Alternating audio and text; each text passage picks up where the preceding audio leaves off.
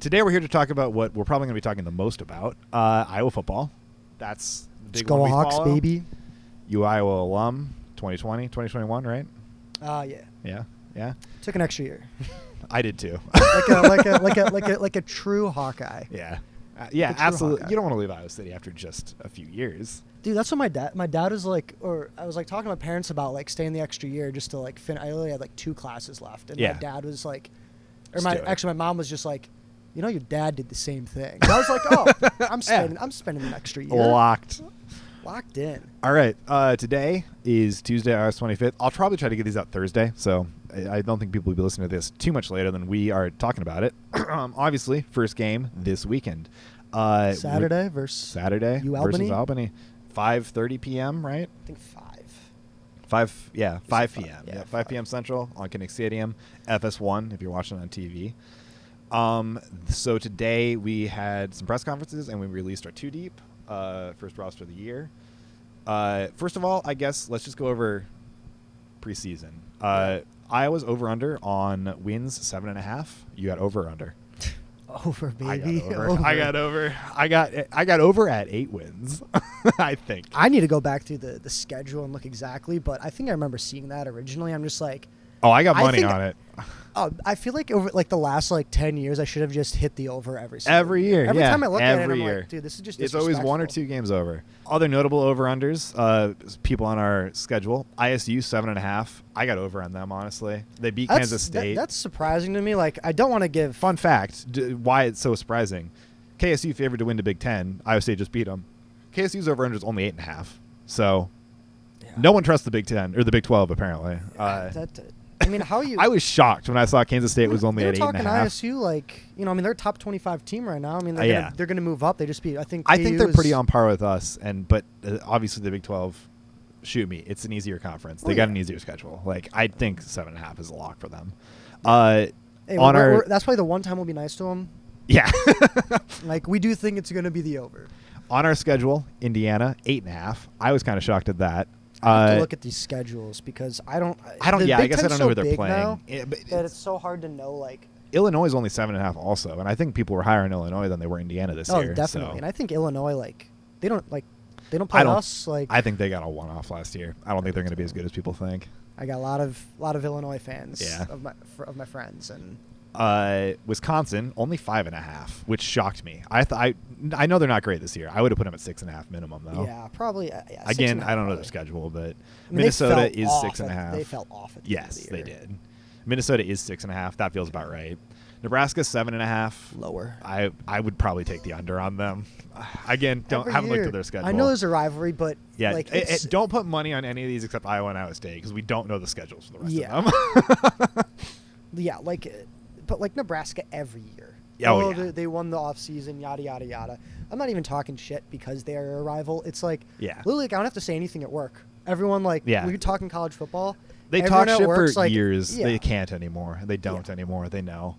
Yeah. And then the last 2 biggest games of the year, Oregon and PSU, 10.5 each. I would say, I think over on Oregon, honestly. Penn State, I think, is a toss-up. I know people are higher on Penn State than they are Oregon this year, but... I think it's one of those that, like...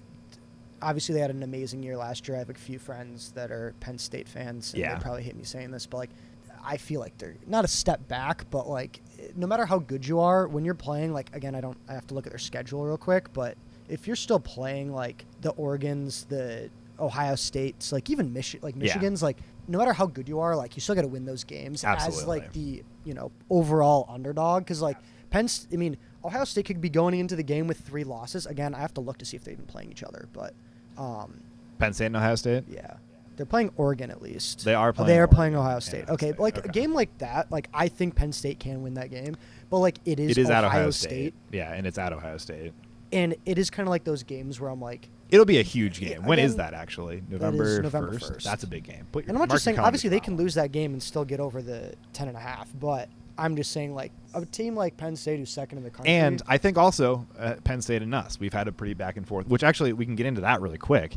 Let's start at the top, actually. We'll get back down. Let's do win-losses on the season. We'll get down to Penn State because I think Penn State is my biggest toss-up game of the year for Iowa. Yeah. Well, let's just start at the top. Albany, I got W. Yeah, I mean, that's easy. I think that's I mean, we'll get into, because it's coming up on Saturday. Yes, we'll get into that more at the end. But that's, if we lose that game, I'm changing all my others to L's. Oh yeah. At ISU, I got W. I think that they haven't lost at ISU since 2011. That's an awesome stat. That is an awesome stat. I mean, did you watch their game? I did. It's hard because it's raining. It's in Ireland. It's a week 0 game. It's hard as it uses a metric. But I think that the trenches, we're going to dominate them in the trenches. I think Iowa State is as good as Iowa State thinks they are. I think we are better than Iowa State thinks we are. Yeah. I think with Gronowski it'll coming in, be a close game. I think it will be. Yeah. I think with Gronowski coming in and some of our other transfers, I think we're from last year. Or we're a little bit better than people realize with our losses. Even I think people look okay, their defense is going to be their defense. They're going to be good. But everyone, even again at work, I work on a college football show. Everyone always kind of makes fun of everyone does. It's very deserved, but our offense. Yeah, 100%. And I'm just you know what? I'm always fine. Hey, I think we averaged what 35 points a game last year. Hey, we crushed that 22 points or whatever it was, the Brian Ferentz standard. Year, with the guy, I think Gronowski's gonna be. We'll get more into. I hesitate to get too high on Gronowski just because I don't want a repeat of McNamara, but. I am excited. Yeah. I will not deny that I am excited. I think the offense will be better. UMass. That's got to be a W. Got to be a W. It's got to be. Next one I think is also pretty easy. At Rutgers. That's got to be a W. And if it's not, first interesting one of the year, Indiana. Versus Indiana at home, season opener, Big Ten opener. I think we pull this one out. I think so too. The last time. Indiana came into Kinnick Stadium with big expectations. Was that Penix Jr.? Yes, the 2020, Indiana with Penix. 2021, right after the COVID year. Yeah, I was at that game with my Indiana buddy. Yep, and I was at that game he wanted too. to leave so badly. That was one of my favorites of the year because that was it wasn't Seth Anderson, was it? It couldn't have been. No. Who caught that opening drive touchdown? It was the second play of the game. That bomb.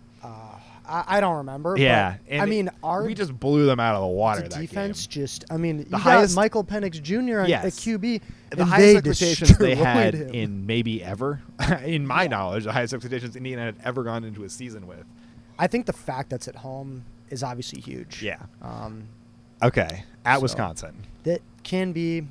If we go into this 5-0 at Wisconsin.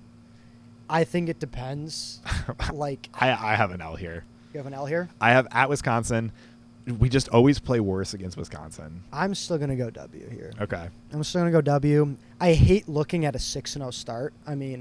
But I think, honestly, the last projections I saw, which were just complete, whatever by The Athletic, had Iowa in the playoff. Yeah, which we'll get into that too. I've got the odds in here. I don't think we're there. Out of the question. It's not out of the question. I think they do get a W there. Okay. I do think it can be a trap game. If Wisconsin, yes, that is what I'm afraid of. If Wisconsin was supposed to be good, I'd almost think that, okay, we can go in there and win. Yes. It's the fact that they're supposed to be bad. I think if they were a better team, I would feel more confident in beating them. It doesn't make any sense, but I agree. Penn State. This is the toss-up of the year at home. It shouldn't be the toss-up of the year. Anybody you ask about college football is going to say this is the Penn State victory. Yeah. As an Iowa homer, this is my toss-up of the year. I have a W here. I bet this will be a night game. Oh, it's got to be. It's got to be. If it's not a night game, they're just trying to screw us. Absolutely. Yeah. I'm sorry. This is where they get the L. Hey, this is a good one to be 50-50 on. It'd be one thing if they were bringing in, they had a really good roster, but they're bringing a new QB or something. They still got Drew Aller back. I think the biggest thing to me for this one is how back and forth Iowa-Penn State games have been over the last 10, 15 years, and how the team that's supposed to win very rarely has seemed to. Yeah. 2021, that game where we ended up number 2 after Alabama lost, I watched it in Gabe's. It was a surreal experience. I was working. I was so mad. Loudest I've ever heard Kinnick Stadium was that pass. Who caught that? I was watching. That was that Vandenberg? I thought it was a tight end. No, it was a receiver. I thought it was a 40-yard tight end. No, it was.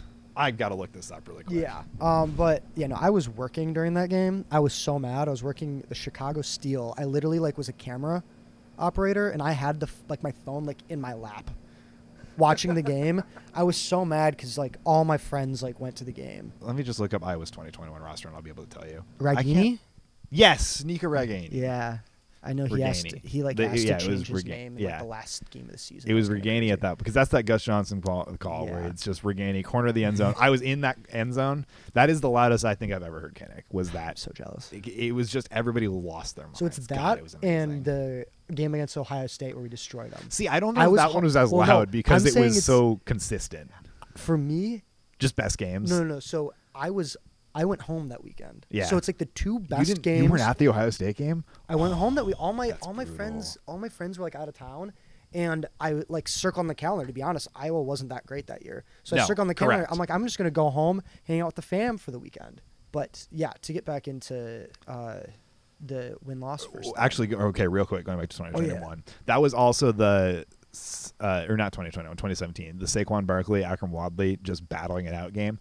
I think if that last drive with Barkley doesn't happen, we win that game. I think that's a really good season. Was that the one where they like Barkley was short? Was that the one where they scored in the last second? Yes. Yeah. It literally hit our defender's hands in the end zone. Yes. But it was. I forget who that was. He went up with one hand, or he went up with two hands, and he was at the press conference. He went, "If I'd have gone up with one hand, I'd have stopped that." Oh, it was brutal. I still remember watching that. I think that if we win that game, we have the momentum for 2017 to be one of our best seasons in memory. Yeah. No, I do think. Actually, I want to say it'll be a close game. I hope it's a close game. I hope it's a close game. I feel like it's the fact it's at Iowa. I could see it being a blowout either way, too. I worry, I watched the was it last year? No, 2 years ago. The whiteout game against Iowa, and Iowa just got destroyed. Absolutely brutal. And I watched it with like my Penn State friends, and like even them, they were like, "Oh, we kind of thought this would be closer." Yeah, no, I thought it'd be closer. See, that's it was not. My friend Ari was at that game. I think it's gonna come down to because their offense is going to play well enough that like our defense isn't gonna I think they're gonna be able to score 30. Agreed. Their offense is that good, and I think it all depends if it's going to depend on if our offense can show up.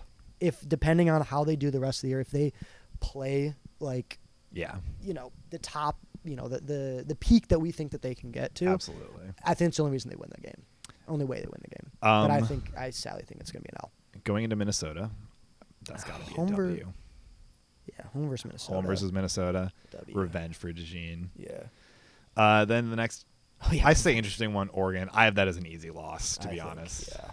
I would love to first that's big home, Pac-12 game also. in Kinnick. See, that's why their schedule is pretty yeah, cool. The home and away is interesting because then after Oregon, our next one at USC. I think we pull this off. I think after the loss at UCLA last year, they're going to change things about the way they do that West Coast trip. USC's not great. I think we can pull it off.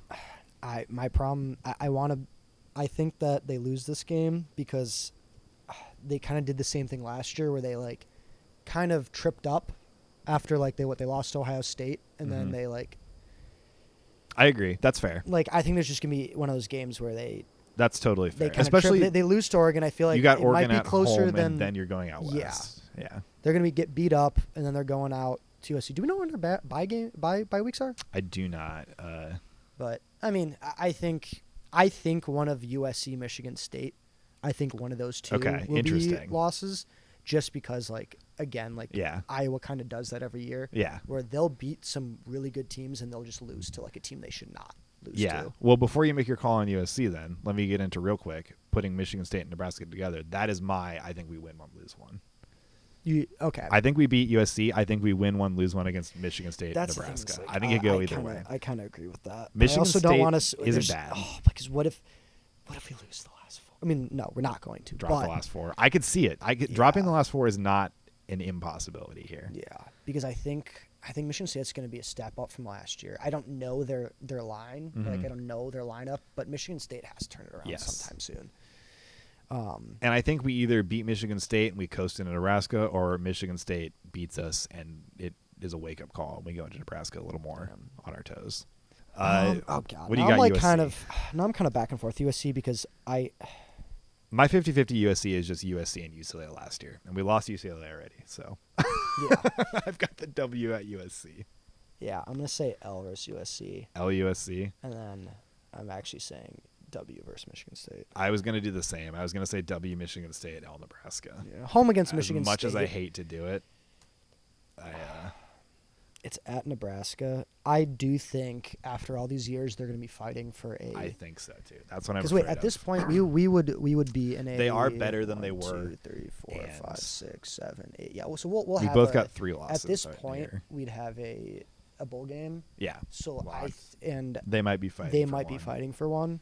Again, I should have looked at all these teams' schedules, but.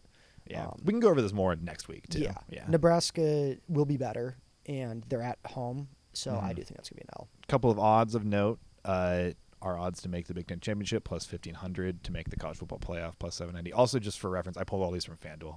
Everything's FanDuel for reference. It is weird seeing higher odds to make the playoff than the Big Ten Championship. You don't normally see that. Not used to that. Yeah. Makes sense though with the new format. Yeah. Do you think they make the playoff?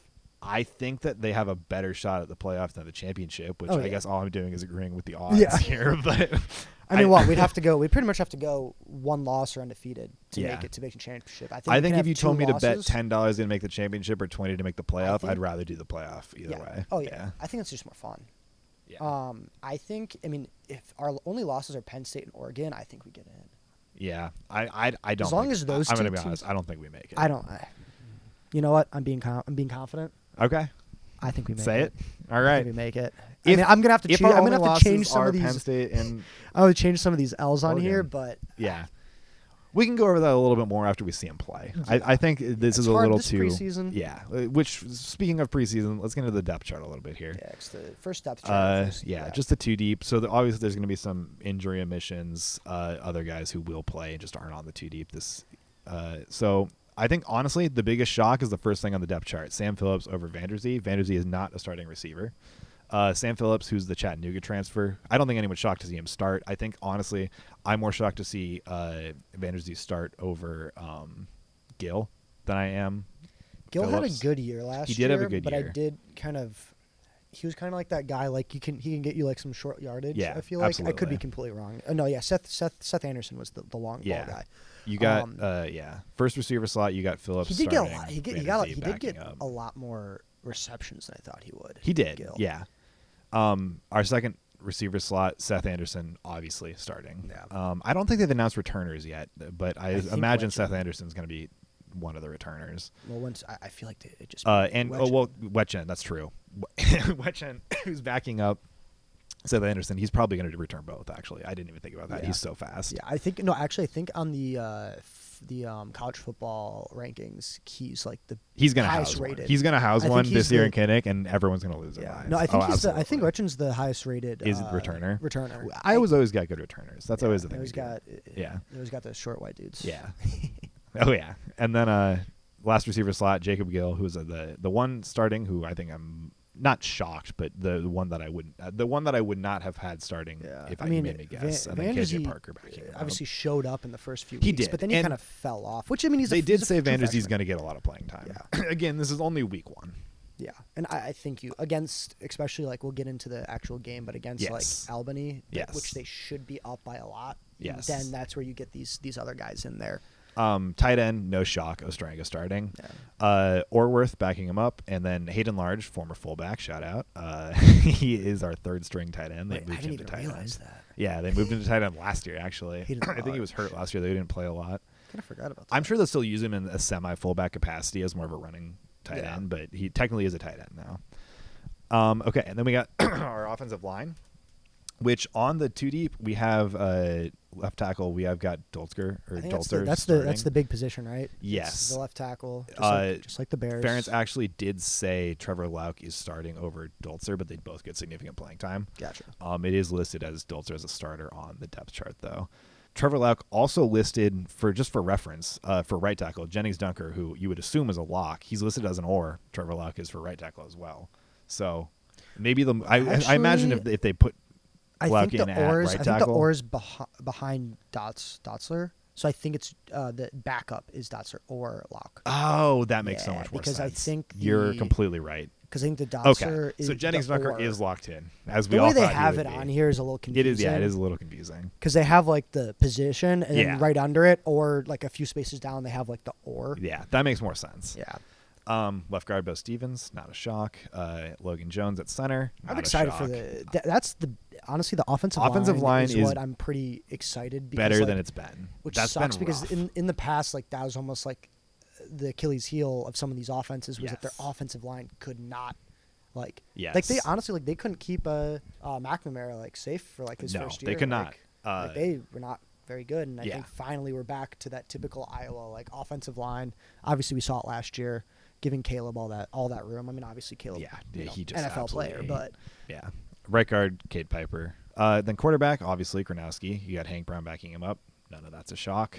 who's the third string? I don't. I can't remember. Don't they bring in a few guys? Because Labus transferred out, so I don't remember who would be and who would have been behind him. I thought they brought in. They did bring a couple of guys, and we got that freshman who's pretty good. He was a 4-star freshman, I think. Or no, that he might have transferred out too. That 4-star freshman. They brought in I think he might be coming next year. The Sullivan's younger brother. Oh, really? Yeah, I think he played for Loyola. Okay. Then running back, this one's a little interesting. Kamari Moulton starting, not a shock.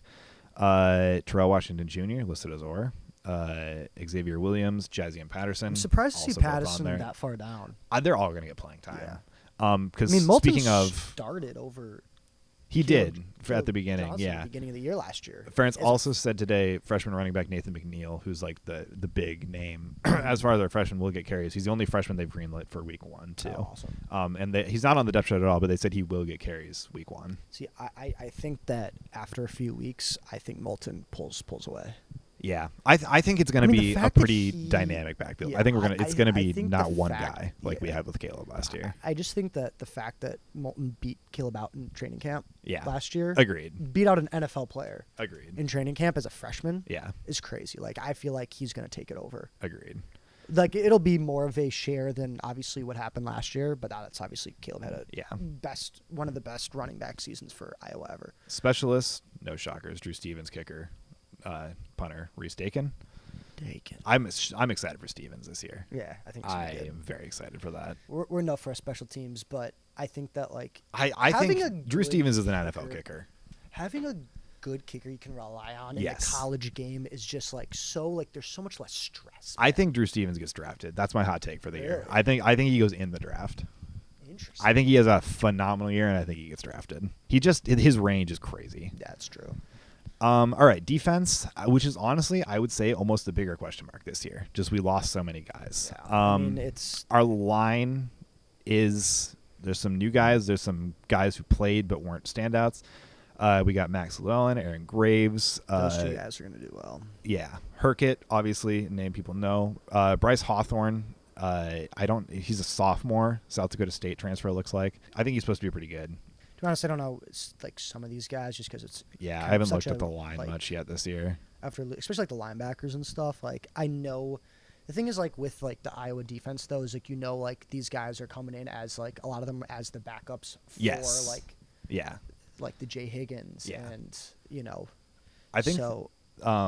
The secondary is honestly the most interesting thing to me here. You have Entrenger is actually listed as the starter at Strong safety, yeah, and not Cash, which is I believe where he played last year. He's listed as the backup at Cash, and Ludemer is the starting Cash. I think they asked Entrenger about that, and he's pretty much just said like, I trust Phil Parker wherever he thinks I'm going to do the best. Which, yeah, we all trust Phil Parker. Yeah, exactly.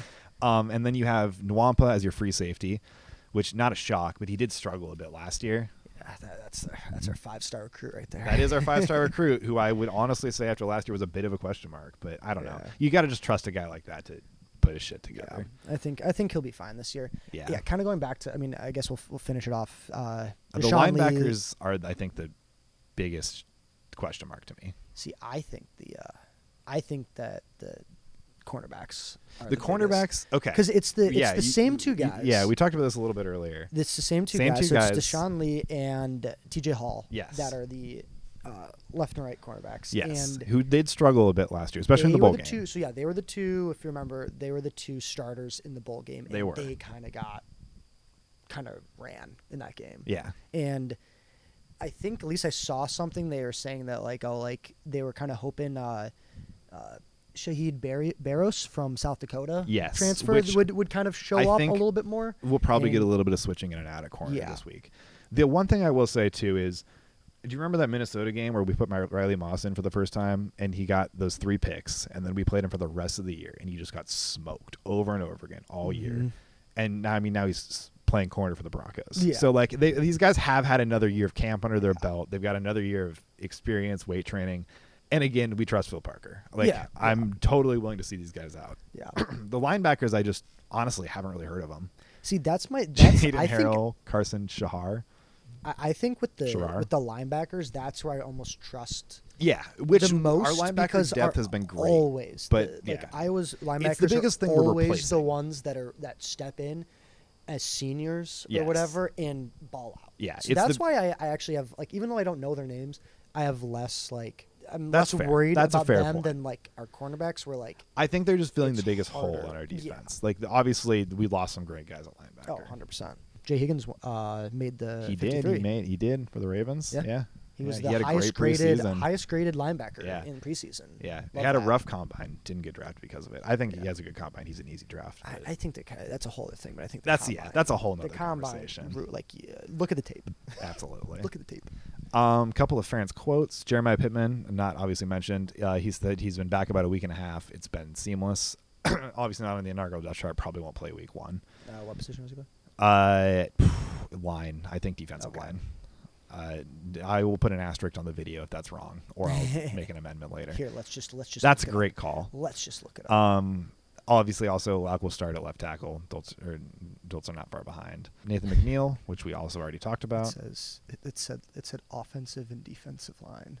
And also I saw that earlier when I looked it up. I think he plays D line for Iowa though. It is on ESPN. It says defensive line. Yes, on the Iowa Athletics. It said 4-year varsity letterman as which is that was his high school. Yeah, okay, that confused me earlier when I looked it up. That. Okay, defensive lineman. This was just a fun fact per David Eckel earlier on Twitter today. Gronowski listens to classical music before each game. He said he told me he couldn't name any composer or anything. He just goes on Apple Music and chooses the first classical playlist and shuffles it. He really does love it, though. Can you imagine the difference between getting Mozart or the 1812 Overture? You would be in such a different headspace for 2 different games 2 days apart or 2 weeks apart. Low-key, I feel like I do that with music, though. It is fair. And I also will say I think listening to classical music before a football game, there's something scary about that. The guy, you're getting so zen. The guy with his Bluetooth noise canceling headphones, listening to fucking Mozart in the locker room. That's the guy you need to watch out for. That's you're getting so unbelievably locked in. Yeah, that honestly, that gave me more confidence in Gronowski than I had before. I love that from him. I didn't see that. Another fun fact about Gronowski, per Leistokow. Says he's not been told to curtail the running. He said running has always been an aspect of my game. They said to take the opportunities that the defense is giving you, which is a big thing that it was never expressly stated, but it seemed like they told McNamara to not run. Yeah. Which obviously McNamara, different case, injuries. Yeah, the injury. Yeah. But I feel like that's kind of a big thing with just Iowa quarterbacks. Yes. Kind of the suppressed running. Yes, and Gronowski is a dual threat quarterback. You got to let the guy run. So we'll see how it plays out, but I think we're going to be. I mean, that's what's exciting about Gronowski is that I also feel better about Hank Brown at the backup too than I have at our backup in the last few years. Yeah, that's what's exciting about Gronowski though is he's so different than the past Iowa QBs. Where obviously before it's all right, you do not turn the ball over, no matter what. Correct. Where whereas I feel like with Gronowski, you can let him take some risks. He's going to throw some interceptions. He's a Stanzi to me. Yeah, he's the guy who you put him out there, he's going to make some mistakes, but he's going to make up for him. Exactly. That's what I'm excited for. Real quick, just to wrap up here, we'll talk about the game a little this week. It's not a lot to talk about, let's be honest. Albany, not a great team. Last season they went 4-8. I don't even know what conference they're in. They're in FCS, I know that. Yeah, 4-8 last season. They got a new coach who's still on the interim tag. Yes, he does still have the interim tag. New QB. I could not find their season over-under anywhere. I don't think anyone's taking odds on it. Iowa is 38.5 point favorites. At minus 115 odds. You taking the? I don't know if I am. I just don't know if Kirk Ferentz is going to keep the pedal on that long. That's honestly my biggest. The over under 50.5 at minus 110. Again, I just don't think Ferentz is going to keep the pedal on that long. I don't think. I don't think it's going to. I can see I think it's going to be a blowout. Yeah, I just think. I think it might be 36 to 7 or something. Unless he truly puts in the backups and it lets them run up the score, because I think they could. Yeah, I think in the fourth, like you throw in like your guys you really want to see if they're worth putting out there against like Iowa State. Yeah, throw those guys out there. Yeah, they might give up like a score to Albany, but besides that, like it's going to be a blowout. I will say though is that they do have a history of making FCS games close. Agreed. Yes, that is true. Northern Illinois. Central Michigan, are they FCS? Central Michigan, that loss in what was that, 2010, 11, somewhere in there? I can't remember. I was at that game. That's my least favorite Iowa memory in history. They lost that was brutal. They lost South Dakota State, but those are national champions there. North Dakota State. They did beat South Dakota State against Gronowski. Last year, right? No, I think it was 2 years ago. 2 years ago? Yeah, they won 7-3. Might have been 3 years ago. It might have been, because I think that was his first game, was against Iowa. Yeah, Gronowski's first game was against Iowa. I was still living in Connecticut then. Yeah. I remember they won 7-3. Yeah. And I was getting a lot of shit for it, and I thought it was hilarious. They didn't even score a touchdown. Yeah, no, it was 2 safeties and a field goal. But I mean, those teams are the top of the FCS. Yes. Albany's not. Last point of note: Week 1 captains: Entringer, Gronowski, Herkett, and Logan Jones. No shockers there. What do you kind of before we wrap up? What do you like? What's your biggest thing you want to see in this game? Oh, that's a great question. I want to see receiver play. I want to know Gronowski can make throws, and I want to know the receivers can make catches. Because Ferentz said earlier in the year, one of his quotes was like, last year he really felt like the O-line was about to snap into place and really come into form, and they did. He was right. This year he said the same thing I said about the O-line last year is how I feel about the receivers this year, and I want him to prove it. Because when's the last time we had a good receiver core? DJK and McNutt. Yeah. Like the last time we had like two. I mean, like it's been Smith our biggest during 2015. It's been our biggest weakness for years. Yes. The last time we had a good receiver on both ends of the I think it was like field, even like CJ Beathard. Yeah, I think it was CJ Beathard. Beathard and Smith. I just remember Beathard and Smith in 2015 was a good pairing. Yeah. I think then maybe it was Stanley where like he just bulleted it to our receivers and they couldn't catch it. Yeah, and I mean Stanley was mostly throwing to Hawkinson and Fant. Yeah, exactly. He wasn't throwing to receivers a lot. Yeah. I forget. It might have been someone before that. I can't remember, but I just remember there was the. No, Stanley was famous for bulleting. Okay, it might have just been like he threw it to the 2 NFL players. Yeah. But I agree with you. Receivers. I just want to see like the offense click, the receivers catching the ball. I want to know that they can do it, so that when they do face that adversity down the road. Because like I don't think we're going to see much from the defense. I think they're going to shut them down. Yeah. I don't think it's going to show us much. That's why I think the biggest thing I want to see. I guess the only thing in defense I don't want to. The biggest thing I'm looking forward to against Iowa State, the offense week 1. Yeah. The defense that's Iowa State week 2 is where the defense is going to. That's going to be their test. Yeah, that's good. That I want to see if our cornerbacks can keep up. Yeah. And linebackers. So I guess that's our first episode. Yeah, we'll reconvene after. Let's watch the game. Let's get a big dub. Yeah. Let's not make it close. Please don't make it close. Yeah, I think we go over our. We don't need that. Yeah, I think we recheck our win losses. Our win losses after week 1. Honestly, after week 2 is going to be the big one. We'll reevaluate after Iowa State. Yeah. We'll put our Twitters in the description below. We'll start some socials too: TikTok, Instagram. Once we figure out what probably Twitter. Our name is. Yeah, that's a good point. Yeah, we'll get it all put together. Yeah. Hopefully by the time that the next episode comes out, we'll have all that taken care of. Yeah. But I want to thank everybody for watching. Make sure to subscribe if you're listening on Spotify or Apple Music. Give us I think it's subscribe there too. I don't know, follow, whatever it is, and we'll be back. Yep, appreciate it.